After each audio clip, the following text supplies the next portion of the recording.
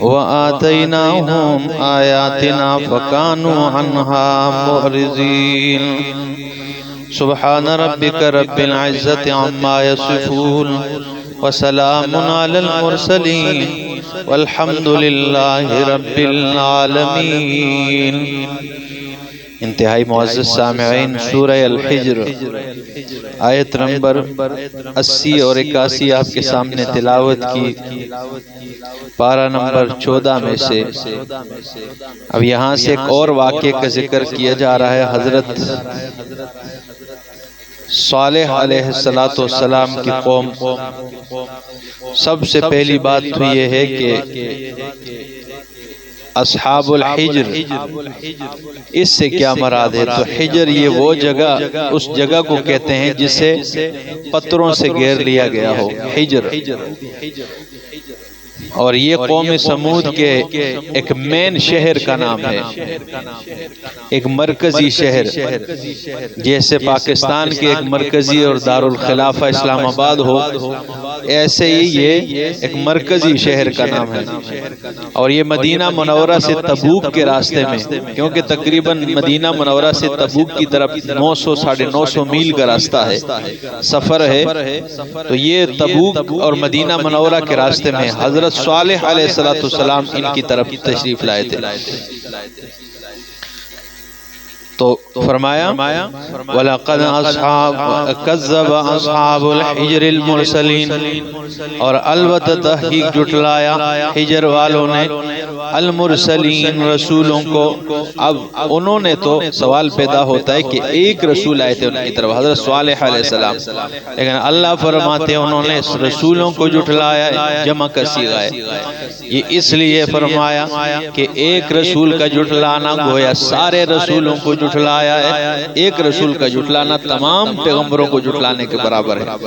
تو اس لیے فرمایا وَلَقَدْ كَذَّبَ أَصْحَابُ الْحِجْرِ الْمُرْسَلِينَ، جھٹلایا حجر والوں نے رسولوں کو۔ وَآتَيْنَاهُمْ آيَاتِنَا، اور دی ہم نے ان کو ہماری آیتیں۔ فَكَانُوا عَنْهَا مُعْرِضِينَ، پس تھے وہ اسے اعراض کرنے والے۔ آیتیں ان کے پاس آ گئی لیکن تھے وہ ان سے منہ پھیرنے والے، اعراض کرنے والے۔ وَكَانُوا يَنْحِتُونَ مِنَ الْجِبَالِ، اور تھے وہ تراش رہے تھے من الجبال، پہاڑوں سے، بیوتاً گھر، آمنین، امن کے ساتھ، سہولت کے ساتھ، بڑی آسانی سے۔ آج بھی اگر قوم صالح اور قوم سمود کی وہ بستیاں آپ دیکھ لیں تو اس میں وہ چھوٹے چھوٹے کمرے اس طرح، ٹھیک ہے نا، مدین کے سیٹ پہ، اور شعیب علیہ السلام کی تو چھوٹے چھوٹے پتھروں کے اندر انہیں تراشیں، اور پھر اس سے دوسرے کمرے کی طرف راستے اوپر سیڑھیاں چڑھی ہیں۔ تو فرمایا ینحتون من الجبال بیوتاً، تراشتے تھے پہاڑوں سے، بیوتاً گھر، آمنین، سہولت کے ساتھ۔ فَأَخَذَتْهُمُ الصَّيْحَةُ مُصْبِحِينَ، پس پکڑا انہیں ایک چیخ نے، زوردار چیخ نے، مصبحین، صبح کے وقت۔ فَمَا أَغْنَى عَنْهُمْ مَا كَانُوا يَكْسِبُونَ، فَمَا أَغْنَى، پس کام نہیں آیا، نہیں دور کیا ان سے کوئی تکلیف، مَا كَانُوا يَكْسِبُونَ، اس سے جو انہوں نے کمائی کی ہے، یعنی ان کی کمائی ان کے کوئی کام نہیں آئی۔ وَمَا خَلَقْنَا السَّمَاوَاتِ وَالْأَرْضَ، اور نہیں پیدا کیا ہم نے آسمان و زمین کو، وَمَا بَيْنَهُمَا، اور جو آسمان و زمین کے درمیان میں، إِلَّا بِالْحَقِّ، أَيْ لِإِظْهَارِ الْحَقِّ، مگر حق کے اظہار کے لیے پیدا کیا ہے۔ اللہ فرماتے ہیں نہیں پیدا کیا ہم نے آسمان و زمین کو جو اس کے درمیان میں، مگر حق کے اظہار کے لیے پیدا کیا ہے۔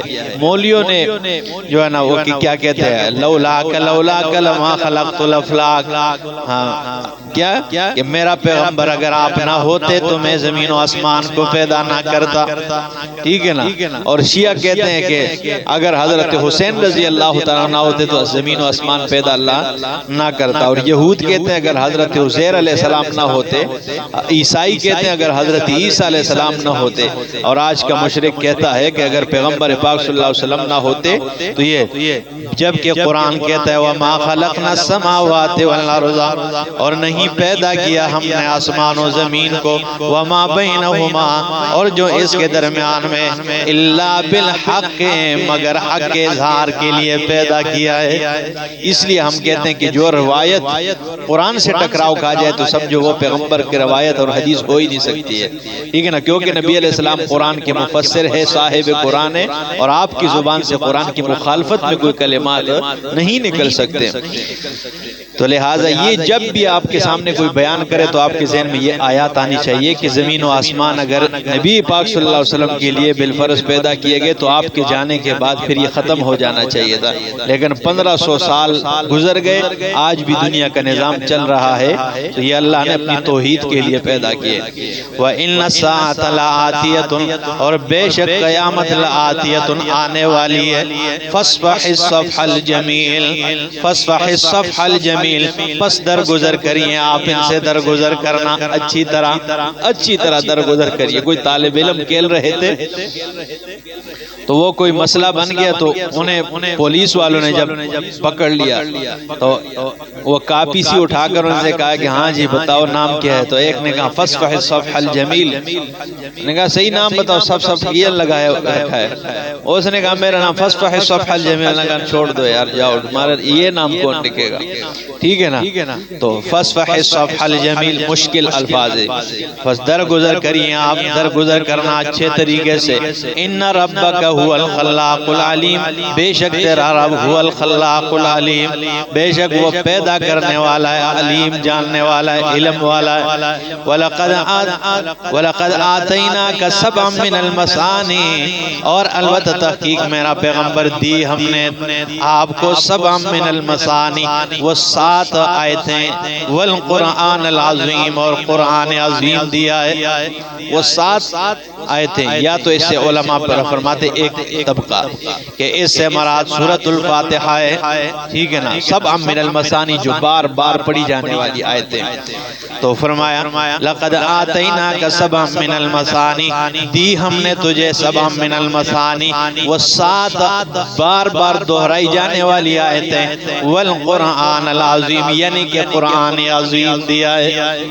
تو نبی پاک صلی اللہ علیہ وسلم نے بھی یہی فرمایا، قال النبی صلی اللہ علیہ وسلم ہی سبع المثانی والقرآن العظیم، یہی سورۃ فاتحہ وہ 7 آیتیں ہیں، والقرآن العظیم اور قرآن عظیم ہے۔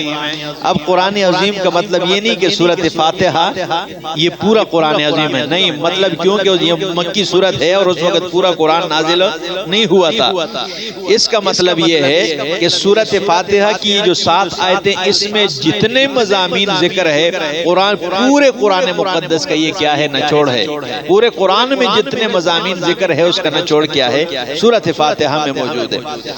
دوسرے علماء کرام مفسرین کا طبقہ وہ کہتے ہیں سبع من المثانی اس سے وہ 7 مضامین مراد ہے جو بار بار مقرر کیے جانے والے۔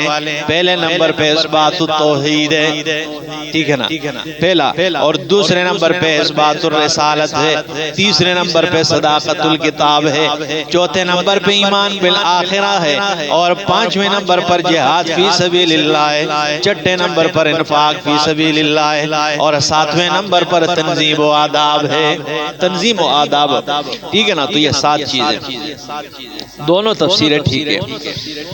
تو فرمایا والقرآن العظیم یعنی کہ قرآن عظیم، لا تمدن عینیک الی ما متعنا به، لا تمدن آپ نہ بڑھائیں عینیک اپنی آنکھیں الی ما متعنا به ازواجا منہم اس چیز کی طرف، ان چیزوں کی طرف کہ ہم نے نفع دیے ان کے ساتھ، ازواجا منہم اللہ ہم نے نفع دیے مختلف لوگوں کو ان میں سے، آپ اپنی نگاہیں ان کی طرف نہ دوڑائے، ولا تحزن علیہم اور آپ غمگین نہ ہو ان پر، واحفظ جناحک للمؤمنین اور پست رکھ جناح جناح کا اپنے بازو للمؤمنین ایمان والوں کے لیے، اپنے بازو پست رکھ، ٹھیک ہے نا، نرم رکھ، کس کے لیے؟ ایمان والوں کے لیے۔ میرا پیغمبر جو جن چیزوں کے ساتھ ہم نے ان کو نفع دیا ہے آپ ان کی طرف نگاہیں نہ بڑھائیں، کیونکہ آپ کو جو دیا وہ سب سے اعلیٰ ہے، اور وہ کیا ہے؟ سورۃ یونس آیت 58 میں فرمایا ہوا خیر مما یجمعون، تمہیں قرآن دیا ہے، قرآن والی نعمت دی ہے، اور یہ خیر مما یجمعون، بہتر ہے اس سے جو یہ جمع کر رہے ہیں، یہ دنیا و ما فیہا سے بہتر ہے، تمہیں قرآن دیا ہے۔ تو آپ جو ہے نا، اور مومنوں کے لیے آپ کیا رکھے؟ پست رکھے۔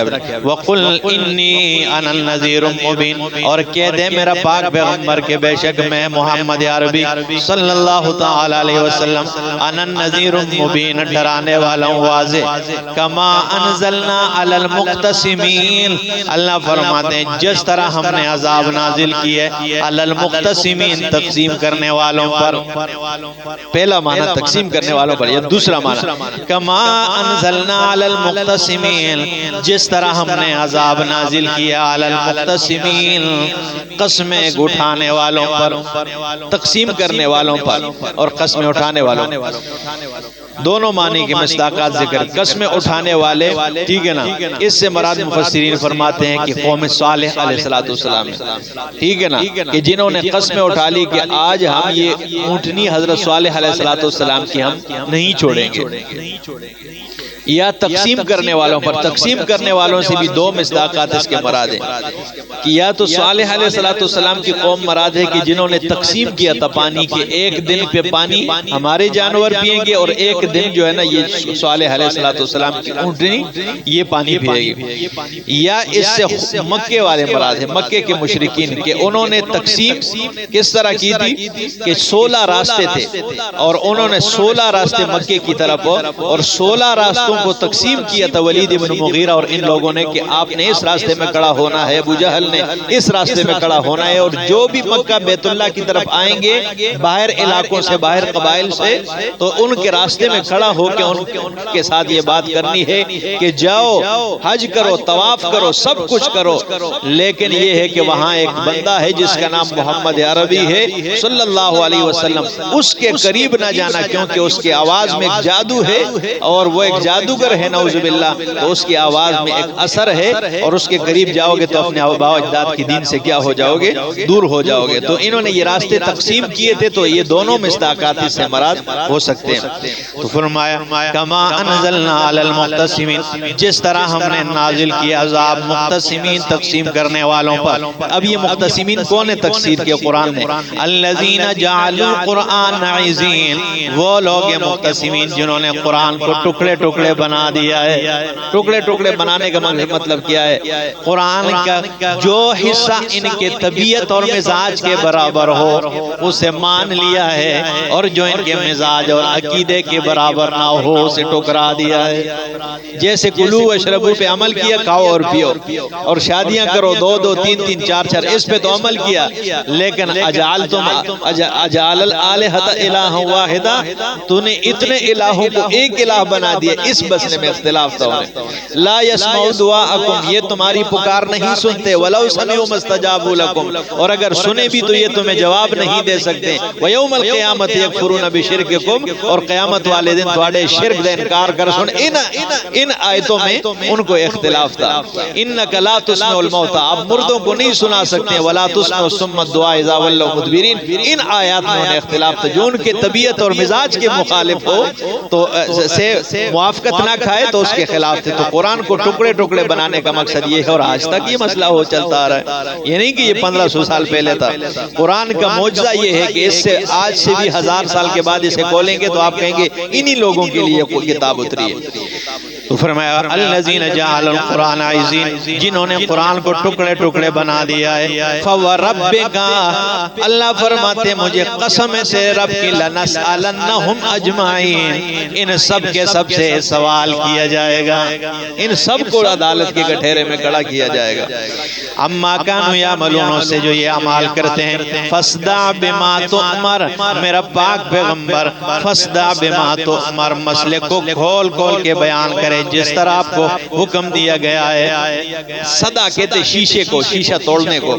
جب شیشہ توڑ دے آپ اور اس کے ٹکڑے ٹکڑے بن جائیں، اسے آپ جوڑنے کی کوشش بھی کرے تو وہ نہیں جڑتا، اور اگر جڑ بھی جائے تو پھر بھی اس میں دراڑ نظر آتے ہیں. تو مطلب یہ ہے کہ مسئلہ حق یعنی حق اور باطل کے درمیان ایسی دراڑ پیدا کرے، ایسا فرق واضح کرے کہ کوئی اسے جوڑنے کی کوشش کرے بھی تو وہ نہ جوڑے. یہ مطلب ہے کہ حق مسئلہ ایسا بیان کرے، یہ نہیں کہ ساوا ساوا گول گول، ٹھیک ہے، سیدھا کہیں کہ میٹھا ہے، ٹھیک ہے نا. تو یہ چیز ہے کہ اس میں حق اور باطل کے درمیان. قرآن کا نام الفرقان کیوں ہے؟ فرقان کا مطلب ہے فرق کرنے والی کتاب. تو یہ وہ کتاب ہے جو حق اور باطل کے درمیان فرق کرنے والی ہے. تجھے مشرک بھی کہے مولوی صاحب بڑا چنگا ہے، اور بدعتی بھی کہے اے چنگا ہے، کسی نے نہ مندہ ہنے نہ چنگا ہنے، تو یہ تو مردود ہے پھر. تو حق مسئلہ ایسا بیان کر کہ وہ واضح ہو جائے، جیسے شیشہ ٹوٹ جائے اور اسے جوڑنے کی کوشش کرنے کے باوجود بھی اس میں دراڑ نظر آئے تو یہ واضح ہو جائے. تو فرمایا فَاسْدَعْ بِمَا تُؤْمَرُ، مسئلہ بیان کر جس طرح آپ کو حکم دیا گیا ہے. وَأَعْرِضْ عَنِ الْمُشْرِكِينَ، اور مشرکین کے پیچھے کھڑے ہو کے نماز ادا کرو. یہ معنی ہے؟ نہیں جی، یہ معنی نہیں ہے. وَأَعْرِضْ عَنِ الْمُشْرِكِينَ، مشرکین سے اعراض کر دیجئے میرا پیغمبر. یعنی آج تو مشرکین کے پیچھے کھڑے ہو کے ہم نمازیں بھی ادا کرتے ہیں نا. اللہ نے فرمایا مشرکین کے چہرے تھوبڑے کو بھی نہیں دیکھنا ہے، ان کو دیکھنا بھی قرآن نے منع کیا، دیکھنے سے بھی چہ جائے کہ ہم ان کے پیچھے نمازیں ادا کریں. اللہ، اور یہ خیر صلاحی قرآن نے سے منع کیا ہے. وَأَعْرِضْ عَنِ الْمُشْرِكِينَ، اور مشرکین سے اعراض کرے. اِنَّا كَفَيْنَاكَ الْمُسْتَهْزِئِينَ، اے اللہ ہم مشرکین سے منہ پھیر لیں گے، لیکن مذاق کرنے والوں کا کیا بنے گا، اعتراض کرنے والوں کا کیا بنے گا کہ فساد پھیلانا، فساد بن گیا نا، اے بن گیا. اللہ فرماتے ہیں اِنَّا كَفَيْنَاكَ الْمُسْتَهْزِئِينَ، ہم کافی ہیں آپ کی طرف سے. المستہزئین، مستہزئین سے نمٹنے کے لیے ہم کافی ہے.